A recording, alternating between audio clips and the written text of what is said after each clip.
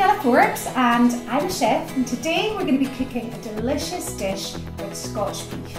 Now I'm here, this video is brought to you with Quality Meat Scotland, QMS. Now they work with the whole red meat industry and their job really is to ensure that quality standards are high from farm to fork. So they work with farmers, they work with butchers, they work with retailers to make sure that the beef you're getting is the best possible quality.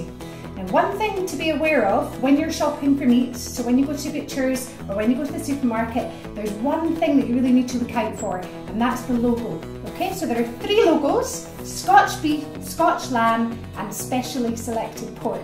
We're going to be cooking Scotch beef today, and I'm going to show you where to look for that logo when you go up and pick up the meat for this recipe. So this is a pack from one of the supermarkets, and most of them would have these packs with this logo. So you're looking out for the Scotch beef logo, the Scotch lamb, or the specially selected pork logo. So what that logo tells you is that the animal that comes from has spent its whole life in Scotland. Okay, so it's been born here, reared here, and processed here. So that tells us that the farms have high welfare standards, and it tells us that the beef that we're eating is going to taste delicious and is really great quality. So here's what we're going to be using today. We've got 450 grams of Scotch rump steak. You could use sirloin instead, or you could use strips of beef that come already chopped up from the supermarket. We've got some peppers. I'm using 1 yellow and red. You could use different colours, or you could use different vegetables. If you had courgette or mushrooms, anything that you've got in the fridge is probably okay to use in this. We're using 1 red onion, a brown one would be fine too. And we've got 2 fresh tomatoes. Now I've got some fajita mix that I bought from the supermarket in a packet, but if you wanted to use your own spices, then you would use 2 teaspoons of paprika, cumin, and coriander. That's ground spices, and you just mix them together.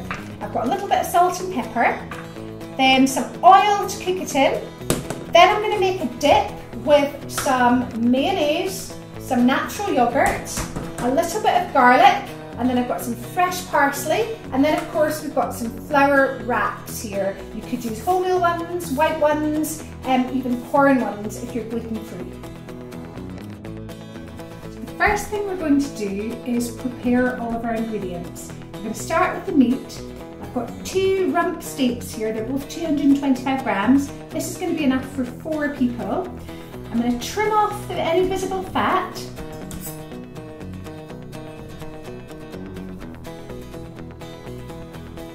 Now you might need an adult to help you with this, with the chopping, or at least have somebody watching what you're doing. And then we can cut our meat into equal sized strips.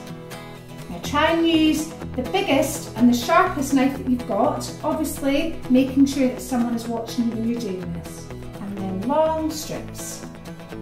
Now if you're buying the meat from the butcher can do this for you as well, but it's quite nice to practice your chopping skills. Okay, just make sure that your fingers are always tucked out of the way. So you'll see when you look at meat that it's got something called the grain. Now that's the way that the muscle fibres are running.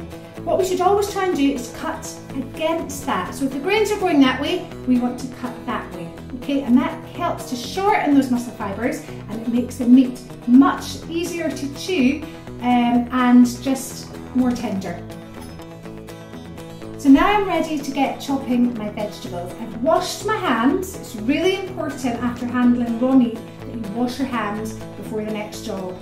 I've also got myself a fresh chopping board, and underneath that I've popped a non-stick mat. Now you might not have one of these at home, but you could use kitchen roll, a bit of damp kitchen roll, or one of those blue and white jiffy cloths, just put a bit of water on it, and that just stops the chopping board from rolling around, and it makes it much easier to chop your vegetables and not cut yourself. So that's nice and firm. I've cleaned my knife and I've washed my hands, and I'm going to get ready to chop the vegetables. I'm going to start with my onion.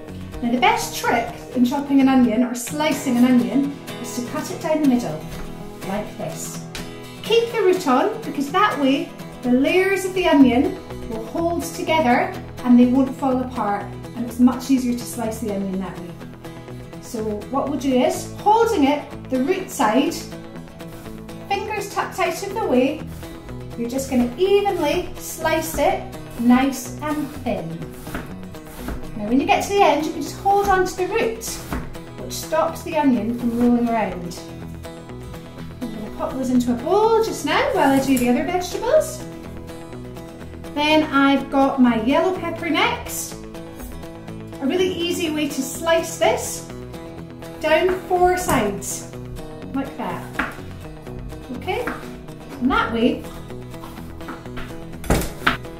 that whole bit stays together and you can just get rid of it. Okay. We'll do the same with the red peppers.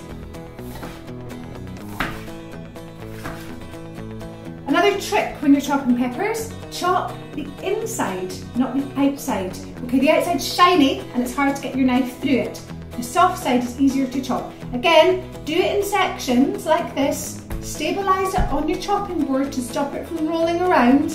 Hold on to your knife securely and then just cut back in even, thin strips. If you eat food which is high in vitamin C, like a red pepper, and you combine that with meat like beef, you get even more vitamin C and even more iron and all the other vitamins when they're combined together. So it's a really great combination, this dish. I'm just going to chop my tomatoes. Just roughly chop them. Now that's pretty much the ingredients ready for the fajitas. So we're going to start cooking now, and then at the end we're going to do a dip to go with it. So now everything's chopped and we're ready to start cooking.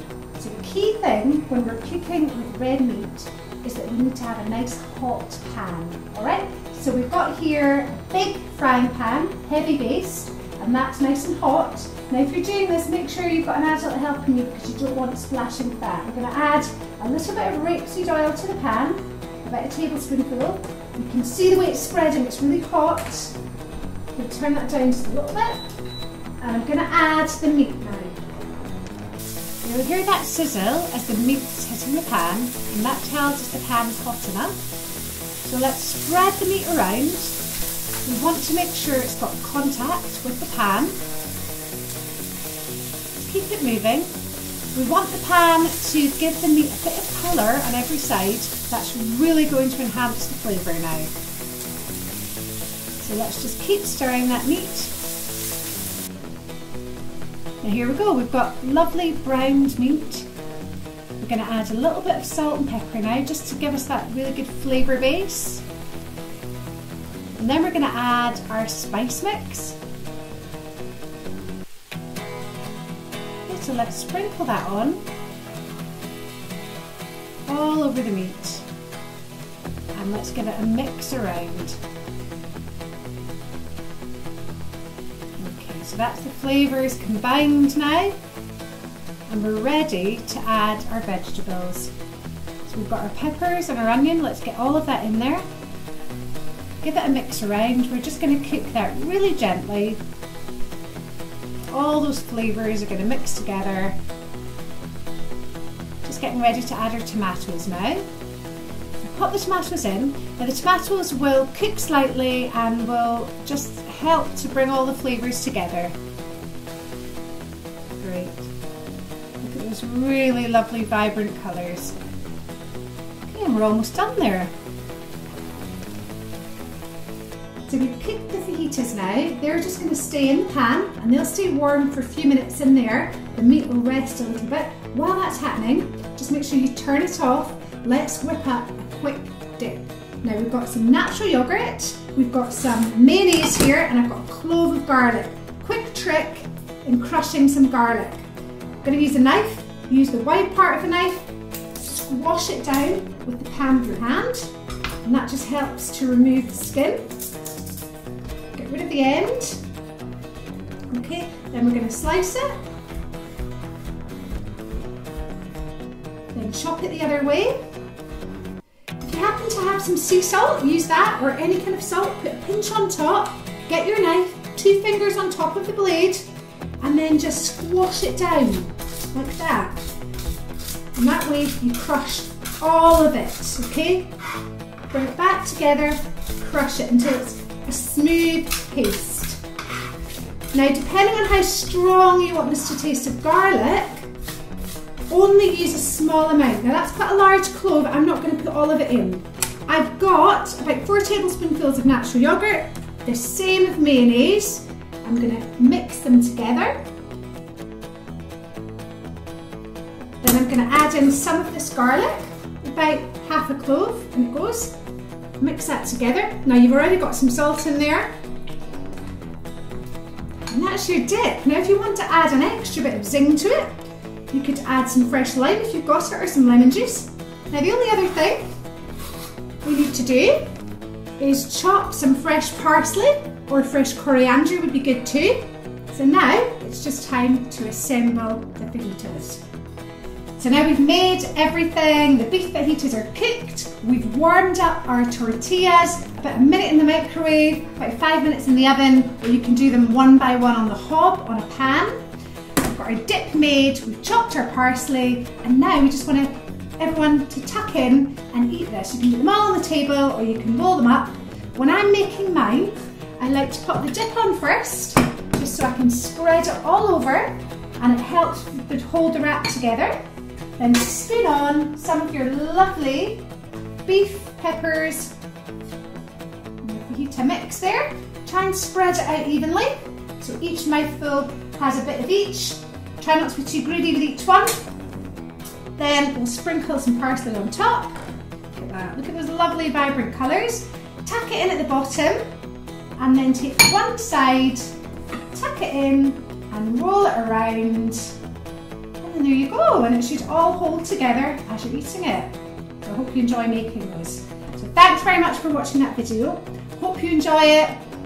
Hope you've learned a few skills along the way. Next time you go shopping for meat, look out for those Scotch beef, Scotch lamb, and specially selected pork logos. And yeah, just keep cooking and have fun.